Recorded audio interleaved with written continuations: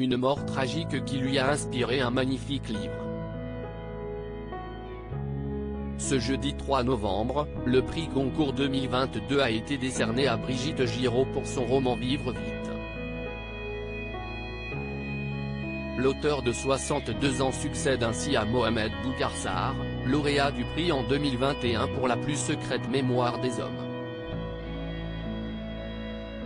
La Française est la première auteure à recevoir le plus prestigieux des prix littéraires francophones depuis Chanson douce de Leila Slimani en 2016, et la 13e femme récompensée depuis la création du Goncourt il y a 120 ans.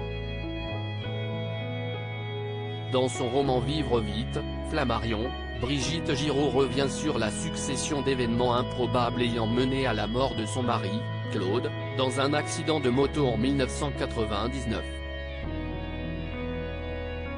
CIST en effet le 22 janvier 1999, à 16h25, au coin de la rue Félix-Jacquier et du boulevard des Belges, dans le 6e arrondissement de Lyon, après un démarrage en trombe sur une moto de compétition Honda 900 CBR Fireblade, dite lame de feu, que le mari de Brigitte Giraud a eu un grave accident, au pied de l'hôtel 5 étoiles Reine Astrid. Il est mort à l'hôpital, 5 heures plus tard. Dans son livre, l'auteur refait ainsi l'enquête et se pose de nombreuses questions composées de et si les choses avaient été différentes? Et si son mari avait finalement pu rester en vie? Un roman intime et personnel qui a beaucoup touché les membres du jury qui ont décidé de la récompenser. Brigitte Giraud, je pense à Claude bien sûr CIST inattendu, CIST émouvant.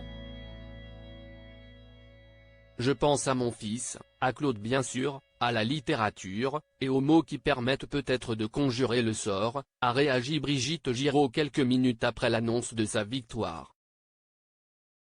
Le prix Goncourt, décerné par un jury de 7 hommes et 3 femmes, rapporte un chèque de 10 € au lauréat, mais il garantit surtout des ventes en centaines de milliers d'exemplaires.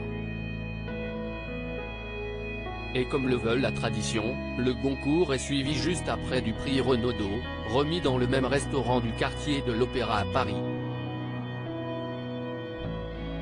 Et celui-ci a été attribué à Simon Liberati pour Performance, un livre qui conte l'histoire d'un écrivain septuagénaire qui renoue avec le feu sacré en écrivant un scénario sur les Rolling Stones, et a une relation avec une femme de près de 50 ans plus jeune que lui.